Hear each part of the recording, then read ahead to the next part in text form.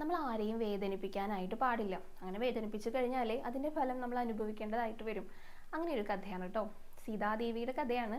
സീതാദേവി വളരെ ചെറിയ കുട്ടിയായിരിക്കുന്ന സമയത്ത് ഉദ്യാനത്തിൽ കളിക്കാനൊക്കെ ആയിട്ട് പോകുമല്ലോ.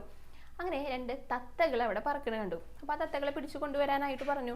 അങ്ങനെ എല്ലാവരും കൂടി തത്തകളെ പിടിക്കാൻ പോയപ്പോൾ അതിലൊരു തത്തേനെ മാത്രമേ അവർക്ക് പിടികിട്ടിയുള്ളൂ. അതൊരു പെൺതത്തയായിരുന്നു കേട്ടോ. ആൺതത്ത പറന്നിട്ട് ദൂരെ ഒരു മരക്കൊമ്പിൽ പോയി ഇരിക്കുകയും ചെയ്തു. അങ്ങനെ ഈ തത്തയെ പിടിച്ചു കൊണ്ടുവന്നപ്പോൾ തത്ത പറഞ്ഞു, അതെ ഞാൻ ഗർഭിണിയാണ്, എന്നെ എൻ്റെ ഭർത്താവിൻ്റെ കൂടെ വിട്ടയക്കൂ, ഞങ്ങൾ പറന്നു ഉല്ലസിച്ച് അങ്ങനെ സന്തോഷമായിട്ട് കഴിഞ്ഞോളാന്ന് പറഞ്ഞു. അപ്പോൾ സീതാദേവിക്ക് ചെറിയ കുഞ്ഞല്ലേ, തത്തേനെയൊക്കെ നല്ല ഇഷ്ടപ്പെട്ടു. ഞാൻ നിന്നെ വിടാനൊന്നും പോണില്ല എന്ന് പറഞ്ഞിട്ട് അതിനെ കൂട്ടിലടക്കിയാണ്. അപ്പോൾ തത്ത പറഞ്ഞു നോക്കി അതിൻ്റെ സങ്കടങ്ങളൊക്കെ, പക്ഷെ അതിനെ കൂട്ടിലടച്ചു. നന്നായി പരിചരിക്കുന്നൊക്കെ ഉണ്ട് കേട്ടോ. ഭക്ഷണമൊക്കെ കൊണ്ടു കൊടുക്കുമ്പോൾ പക്ഷെ തത്ത കഴിക്കണമൊന്നുമില്ല. അത് സങ്കടപ്പെട്ടിരിക്കുക തൻ്റെ ഭർത്താവിനെ പിരിഞ്ഞ ആ ഒരു സങ്കടം കൊണ്ട്.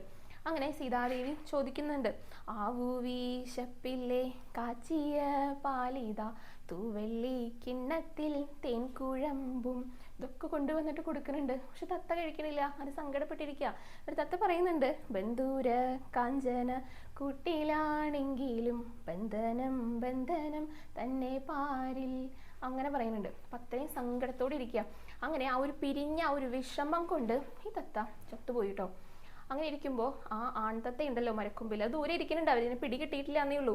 അതിനും സങ്കടമായിട്ട് അതും ആ ഒരു മരക്കൊമ്പിലെ തല തല്ലി ചാവുകയാണ്. അപ്പോൾ ആ ഒരു മരിക്കുന്നതിന് മുൻപായിട്ട് സീതാദേവിയോട് പറഞ്ഞു, നീയും ഇതുപോലെ ഗർഭിണിയായിട്ടിരിക്കുന്ന സമയത്ത് എൻ്റെ ഭാര്യ അനുഭവിച്ച ആ ദുഃഖം ഉണ്ടല്ലോ അത് നീ അനുഭവിക്കും, അപ്പോഴേ നിനക്കത് മനസ്സിലാവുള്ളൂ എന്ന് പറഞ്ഞിട്ടാണ് ഈ ഒരു തത്ത മരിച്ചു പോകുന്നത് കേട്ടോ.